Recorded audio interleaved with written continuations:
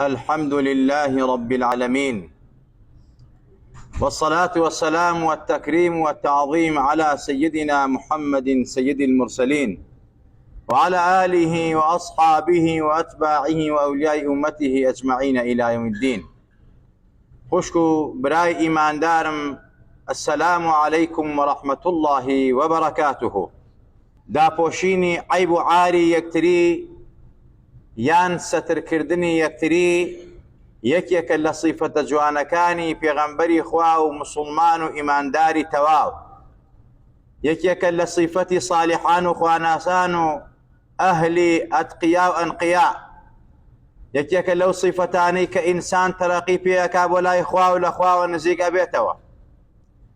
ئازیزان و خۆشەویستان، ئیسلام هەمووی خوڕەوشتە. پێغەمبەرەکەمان سەڵات و سەلامی لەسەر بێ لەسەر بەرزترینی ئەو ڕەوشتانەیە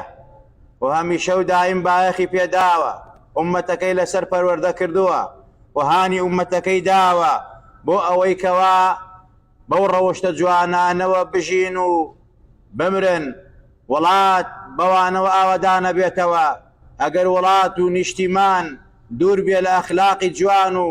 مەکاریمی ئەخلاق، وڵات تەدمیر ئەبێ و وێران ئەبێ و بەرەو ئاقار و ئایندەیەکی زۆر خەتەر و خراپە ڕوا. جا یەکێک لەو ئاکارە جوانانەی پێغەمبەری خوا صلی الله عليه وسلم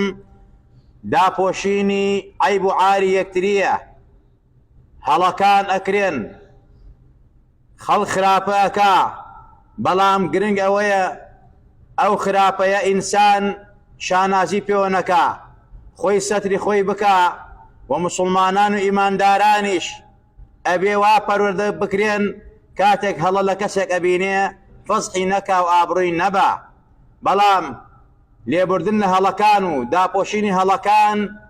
پێچەوانەی ئەوە نییە کاتێک لە کاتەکانە تۆ کەسێکی تاوانبارە بینی، جینایەتکارێکە بینی، خەریکی کاری تیرۆریستیە، خەریک کاری خراپەیە، عەقیدە و بیر و باوەڕی خەڵکی تێک ئەدا، یان تەشیر و خراپە بەرامبەر قەومێتێکەکە، یان ئیسلام تێکەدا بەسەرەکە، یان منکەرێکی هەیە شانازی پێوەکە. ئەگەر تۆ بێت و ئەم کەسە چاوپۆشی لێ بکەی، واسی لێ بێنی، بەڕاستی ئەمە لەوە چێ زەرەری زۆر گەورە بە. بۆ نمونە تیرۆریستێک، تاوانبارێک ئەبینی لە وڵاتە خەریکی بشێویە، خەریکی فیتنەیە، ئەگەر تۆ لایەنی ئەمنی و جیهەتی ئەمنی لێ ئاگادار نەکەی، ئەم کەسە بۆی داپۆشی، ئەمە کەموکڕی نییە، ئەمە حەقی عامە، ئەمە جاکەینەوە لەگەڵ داپۆشینی هەڵە و پەڵەی مسلمانانە. ئەم تیرۆریستە، ئەم تاوانبارە، ئەم مبتەدیعە، ئەم کەسە شەڕنگێزە ئەبێ دەستی بگری. تەمان بە تۆی دەستی ناگیرێ، ئەبێ کەسێک جیهەتی ئەمنی دەستی بگرێ بۆ ئەوەی و تاوانەوە و خراپە نەکات. بەڵام ئێمە باسی چاوپۆشی لە هەڵەیەکەکەین کە ئەو هەڵە لە مسلمانێکە ڕوئەدا، ئیتر مسلمانەکە یان بەئەن قەستیە یان لە ڕووی نەزانینەوە تاوانێکە، گوناهێکە، زینایەکە، نەزەرێکە، عارەق ئەخواتەوە، تۆ ئەیبینی ئەمە هەڵەیەکە کردین، مەڕۆ فەزعیکە، مەڕۆ ئابڕووی بەرە، بانگی کە، نەسیحەتی کە، ئامۆژگاری کە. ئێمە ئالەم هەڵە ئەڵێن ئەبێ چاوپۆشی بکەین،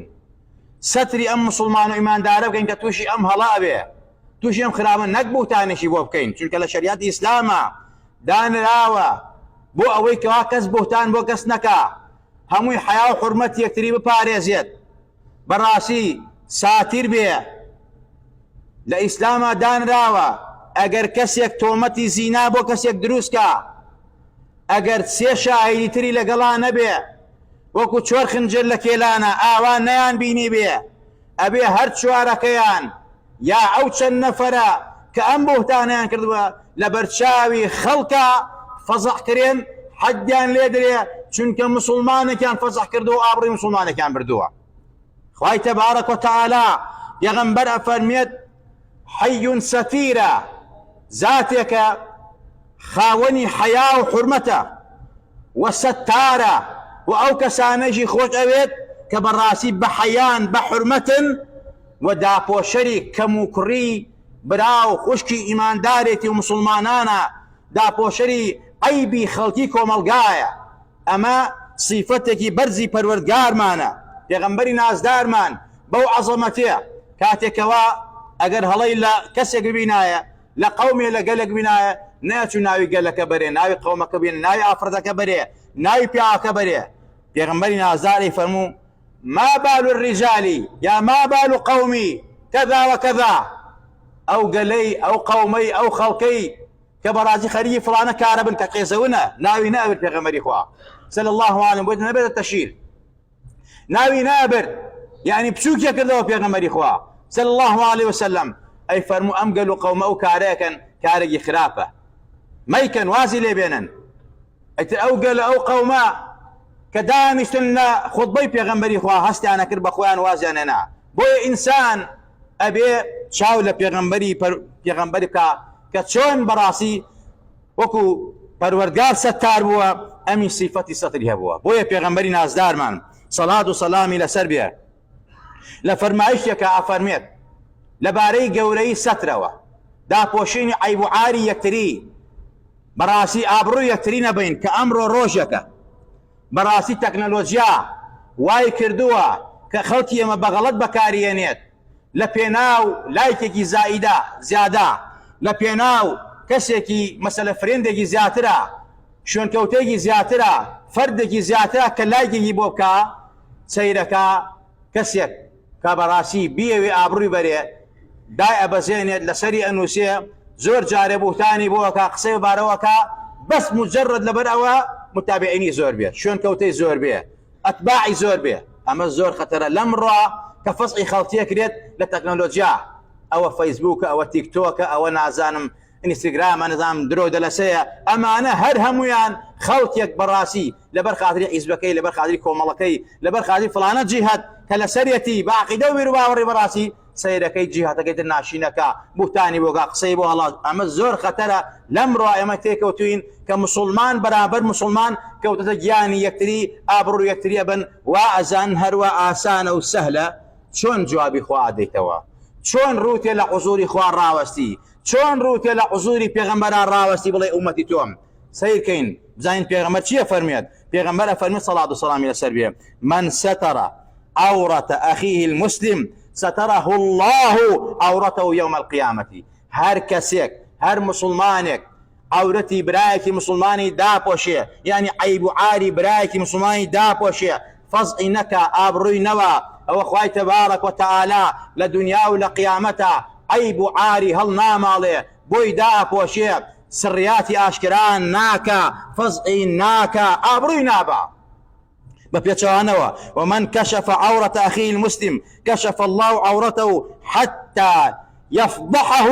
بها في بيته أو كما قال. پێغەمبەری نازدارە فەرمێت سەڵات و سەلامی لەسەر ئەگەر کەسێک هەستێ بە ئاشکراکردنی عیب و عاری برای مسلمانی ئیمانداری خوشکی ئیمانداری دەر و دراوسەی قەوم و کەسەکەی ئابڕووی بەرێ، فەزعیکە لە پێناو مادە، لە پێناو پارە، لە پێناو لایکی زادە، لە پێناو کۆمەڵە درۆ دەلەسا، لە پێناو مەنسەب و کورسیە، ئەوە خوای تەبارەک فەزعیەکە ئەگەر لە ناو ماڵەکەی خۆشیا بێ، ئەگەر لە ژنەکەی بێ، لە کچەکەی بێ، لە خۆی بێ، لە کوڕەکەی بێ، خوا فەزعیەکە. ئاگادار بن خوای تەبارەک و تەعالا بەڵێ سەتارە، بەڵام بەڕاستی کەشفی ئەوانەشەکە کە عیب و عاری خەڵکی کەشفەکەن و ئابڕووی خەڵکی ئەبن. ئازیزان و خۆشەویستان، خوای تەبارەک و تەعالا هەڕەشەی زۆر توندەکە لەوانەی کەوا بە دوای عیب و عاری خەڵکی ئاگەڕن. ئەوە تا پەروەردگارمان ئەفەرمێت إن الذين يحبون أن تشيع الفاحشة في الذين آمنوا لهم عذاب أليم في الدنيا والآخرة والله يعلم وأنتم لا تعلمون. أم هرشتن دي پروردگار خوای تبارك وتعالى فرميت أواني براسي هيان خوشو حزأكن فاحشو آبروسون لناو مسلمانان و إيماندارانا و أهل إيمانا بلاو بيتو يا بلاوي كنوا خوا لدنيا و لقيامتا عذابي تندي بو آماده كردون. آبروچوني دنيا عذابي برزخ و قيامت انجا خوا خوي تشاكي ليزاني ايوه نازان آيندي درو بوهتان آيندي كشف و سرياتي خلقي ككشفيكي آبروي چند ترسناك لدنيا و لقيامتا بتايبت اواني كفساد ين ولاتوا وەک ئەمڕۆ کە بەڕاستی زۆربەی دەوڵەتانی بەناو ئیسلام کە بەڕاستی لەناو کۆمەلگای خۆیانە سەیرەکەی بایەق بەنێربازیە دەن گەنگ بڵاوی ئەکەنەوە ڕەگەزبازیە فاحیشەیە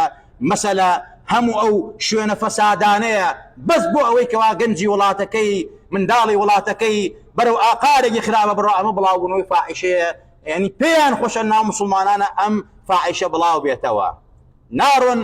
سەدیکەن بۆ ئەوەی کەوا خەڵکی ئابڕووی پارێزاوێ عیزەتی پارێزاوێ کەرامەتی پارێزاوێ غیرەتی پارێزاوێ دیفاع لە وڵات و نیشتیمانەکەی بکە چونکە ئینسان کە تووشی زینا بوو تووشی بێئابڕووی بوو غیرەتی ئەوەیشی نییە دیفاع لە باوک و دایک و خوشک و دایکی خۆشی بکە دیفاع لە نیشتیمانەکەشی بکە بۆیە ئەبێت دەسەڵاتدار گەورەی وڵات ئەگەر بیەوێ گەنجانی وڵاتمان بەرگری لەم خاک و نیشتیمانە بکەن بە خوێنیان بە گیانیان ئەبێت تووشی فەسادیان نەکەن تووشی زینایان نەکەن تووشی ڕەگەزبازیان نەکەن بەرنامەی خراپیان بۆ دانەڕێژن بەمە وڵات بەرەو پێش ئەڕوا بە عیلم و زانست و سەقافەت بە ئیمان و بە سەتر و بە عیزەت بەمە وڵات پێشەکەوێ نەک بەو فەسادەی کە ئەمڕۆ بایەخی پێدێ و بانگەشەی بۆ ئەکرێ و پارەی لە پێناوە وەرەگیرێت بەس بۆ ئەوەی وڵاتی مسلمانان و ئیسلام تێکچێ بەسەرێکە ئازان و خۆشەویستان داپۆشینی عیب و عار یەکتری بەڕاستی زۆر گەورەیە فەزڵی زۆر گەورەی هەیە حتا زۆر جارە ئینسان خۆی فەز ئەکات خوای گەورە سەتری کردووە گوناهی کردووە تاوانەی کردووە خوا بۆی داپۆشیوە بەڵام ئەمە هاتووە لەناو خەڵکە وەک شانازی ئەمە تاوانێکی زۆر گەورەیە باسی گوناهەکەیەکە و باسی تاوانەکەیەکە ئەمەش خوای گەورە زیاتر فەزڵیەکە و ئابڕوویە بە ئازان و خۆشەویستان پێغەمبەری نازدارمان سەڵات و سەلامی لەسەر ئەفەرمێت إن الله يدني المؤمن فيضع عليه كنفه ويستره فيقول أتعرف ذنب كذا أتعرف ذنب كذا أفهمنا للروش قيامته پروردگار من عبد كان لخوين نزيكاتوا محاسبيانك حسابيان لقلاك خواهي تبارك وتعالى أم عبدانا بانقك كبراستي عيب عاري خوانان دا پوشيوا عيب عاري خلقيان دا پوشيوا فضع خلقيان نكردوا ونقناه هي تاواني أم كسخوا محاسبي لقلاك أفرمي عبدك يخوم فلانة تاوانت كردوا فلانة تاوانت كردوا الله يبالي پروردگاري من أم تاوانا نم كردوا إن جا پروردگار أفرميت أوا ما دم إقراركي ما دم فضع خو فضع نكردوا كشفوا نكردوا داو پوشيوا بيني خوم وخوتا شانازي بيو نكردوا منش بوم دا پوشيوي لم روجا دات أپوشم أبرد دا أپوشم فصعي ناكم ليش تخوش بم أفهمي پروردگارا تو زور بالرحمي زور ببزيد أما يغمبري خوا أم عبدي خوي أو محاسبك بانجيك مادم أم عبدا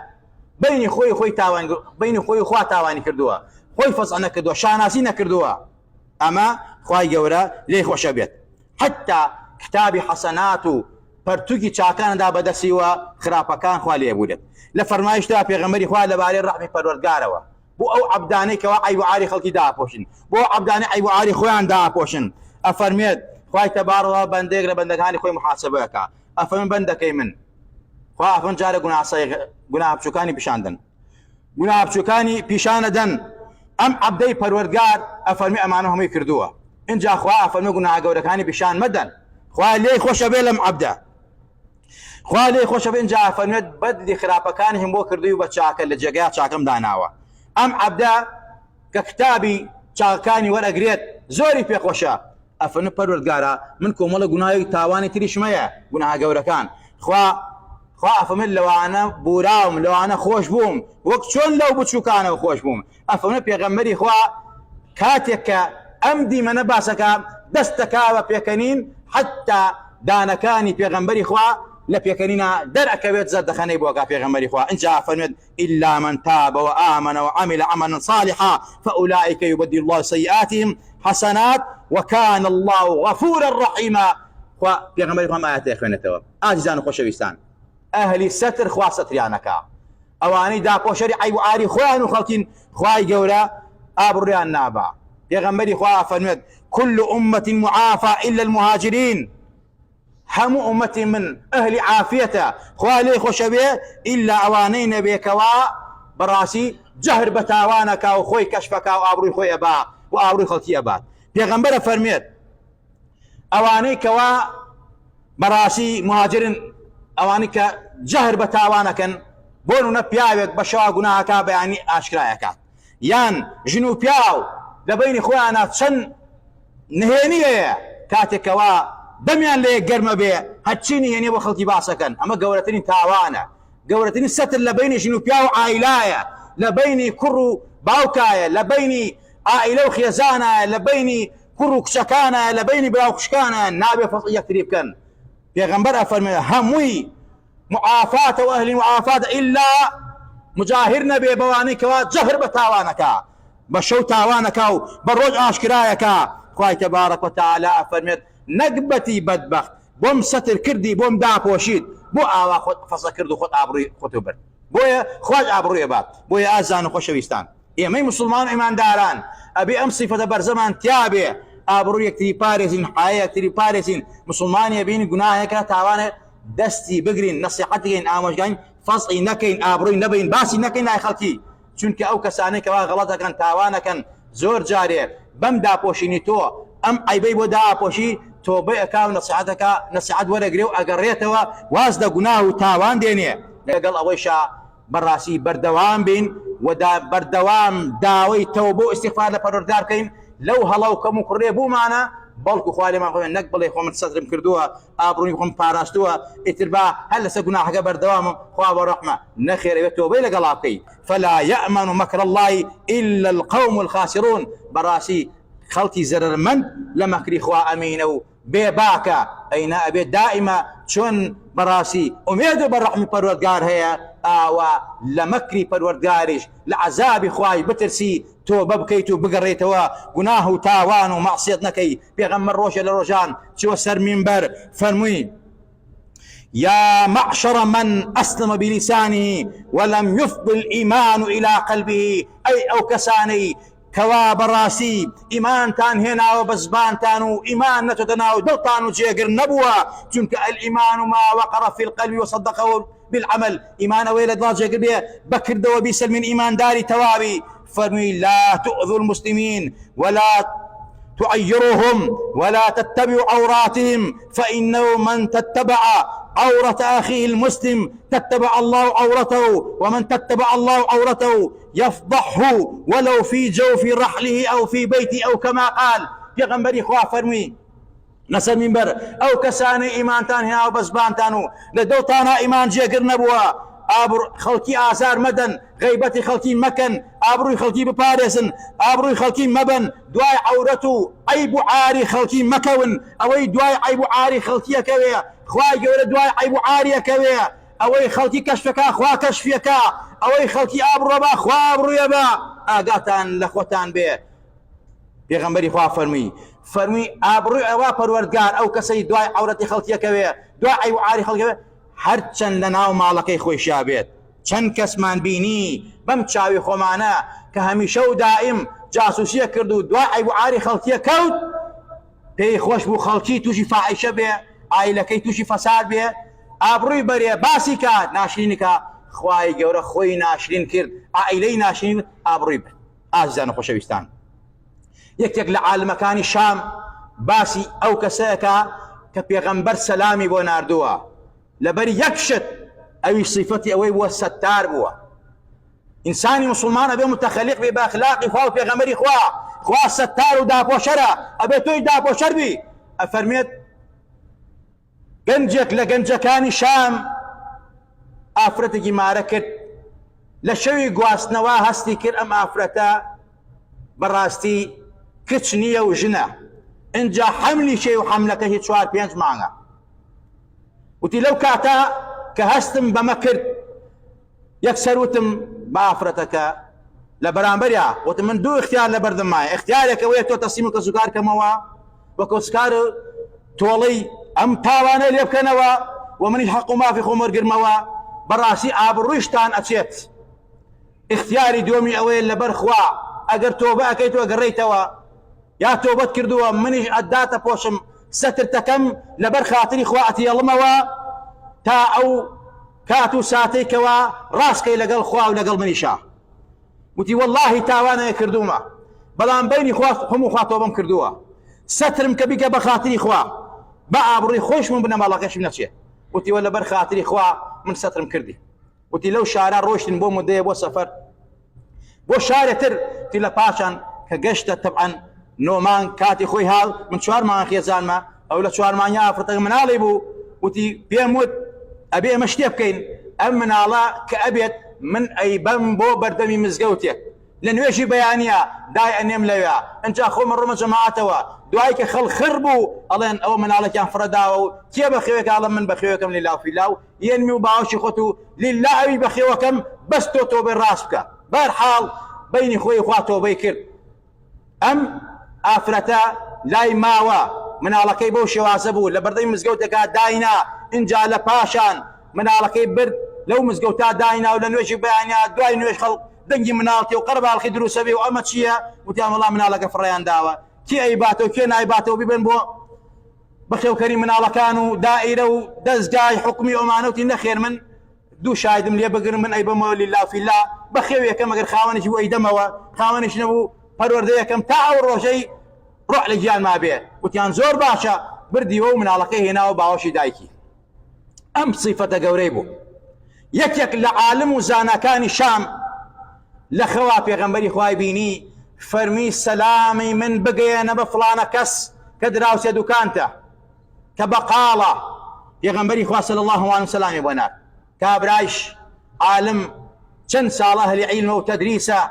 اهل صلاواته اهل موعظه خوا دي خويك بپیغمبرو بيني پیغمبري خواي بيني ولا خوا پیغمبري خوا لطفك لقلابه سيركي پیغمبر سلام بو بقالك نيري سلام بو عبدك ان يري او عبدا لو شيخ دوارين به برحال بو بياني ام عالم زانا اقريت لك شو دوري مزقوتك يا بقالك هي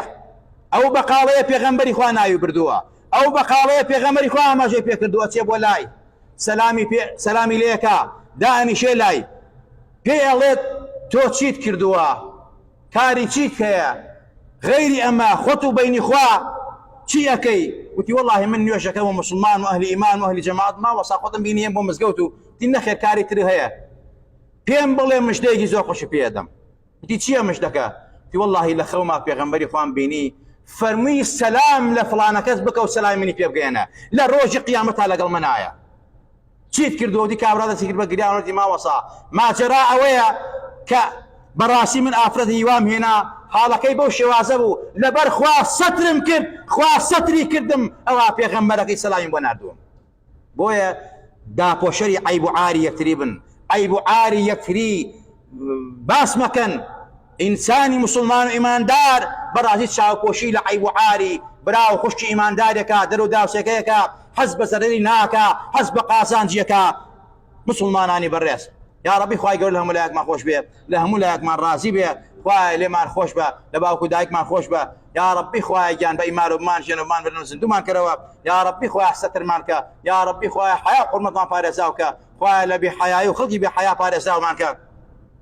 يا ربي خواي رد بارينوا لم اصل ظروفا اصل تكنولوجيا اصل فساد خواي لم فسادا كشفول داوكو دريا خواي خمانو باوكو دايك ما فارزاوكي خمانو نالو عائلمان پارێزاوکەی خۆمان وڵات و شارمان پارێزاوکەی خوا ئیمانمان بەهێزکەی ئیمانمان بە قووەتکەی خوا شوێنکەوتەی پێغەمبەر بین شوێنکەوتەی ئەخلاقی پێغەمبەر بین صلی الله عليه وسلم شوێنکەوتەی ئەسحابەکانی بین شوێنکەوتەی خواناسان و عارفان بین خوایە لێتە پاڕێینەوە بە ئیسمی عەزەمی خۆت خوایە دەستمان وەلای تۆ بەرکەتەوە خوایە شیفای نەخۆشەکانمان بە بەتایبەت ئەو نەخۆشانەی کە لە گەڕەکان ئەو نەخۆشانەی کەوا دانیشتوی ئەمە دیزە و داوای دوعای خەیران کردووە بۆ نەخۆشەکانیان خوا شفای نەخۆشی مولایەکمان بی خوا شفای نەخۆشی محەل و گەڕەک و شارمان بی شفای نەخۆشی خەستەخانەکانمان بی بەتایبەت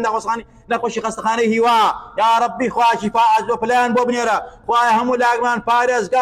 پارێزراوکەی لە سەیلەختام لە نەخۆشینی کوشندە لە سەرەتان و لە باقی نەخۆشەکانی تر یا ربی خوایان لە هەموو وەبا و ناڕەحەتیەک خوای لە دەپارڕینەوە ئەوانەی منداڵی ساڵ ئەمرێ ئەوانەی هەیەن و ساڵ نەخوا بوێن ساڵەکەی ئەوانەی هەیەن و مەفقودە خوایە ونن خوایە بەیکیان شادکەیتەوە یا ربی خوای لە دەپارڕینەوە فقير وشاركان دل خوشكي رزق روسيهم ولا يكمان بي خويا بركات ارزقهم برجن بسر خاكولات الاجتماع معنا بسر ولات مسلماننا عامه بقشتي خويا ربهم امتي بيغمبري خوابكي خويا لدبارينوا بس بكساسي داما وتسكي تاريخنا وغورمانا بيتوا خويا لدبارينوا لروشي قيامتا لخنوت بيغمبري ناس دارا كومان كيتوا حشر ما كي بدستي بيغمبري خوا پیغمبرەکەی خۆت ئاوی کەوسەرمان بێتێ نەتوینەتوینەک بە دنیا و ڕزگارماکەی پەروەردگارە لە دەپارێنەوە بە ئیسمی عەزەمی خۆت پەروەردگارە ئەوانەی داوا دوعای خەیریان لێ کردوین بە هەر نێت و بەرمەوەسێکی خوایە چیانەوە بۆیان ئەنجامدا یا ربی خوایە لە دەپارێنەوە ئەوانەی ئەهلی خێر و چاکن ئەهلی ئیحسانن ئەهلی پیاوەتین ئەهلی مروەتن یا ربی خوایە گیان بەرقەراریان کەی ئەوانەی کەوا خزمەت بە شەریعەتەکەی تۆکن بە ماڵەکانی تۆکن یا ربی خوایە بەتایبەت بە مزگەوتی ئێمە کردویانە و بەردەوامن خوایە بركات الرحمة خود برشان وسر خوان وخانا ودوم مدارنا بك بشفاء نخوشيان كشتي نجاد دين ودنيان ما يرزق روزي حلالان دفع بلا مصيبة لخوان وخانا ودعاء إليه هم لا يكمان آمين آمين أقول قولي هذا وأستغفر الله لي ولكم ولسائر المسلمين.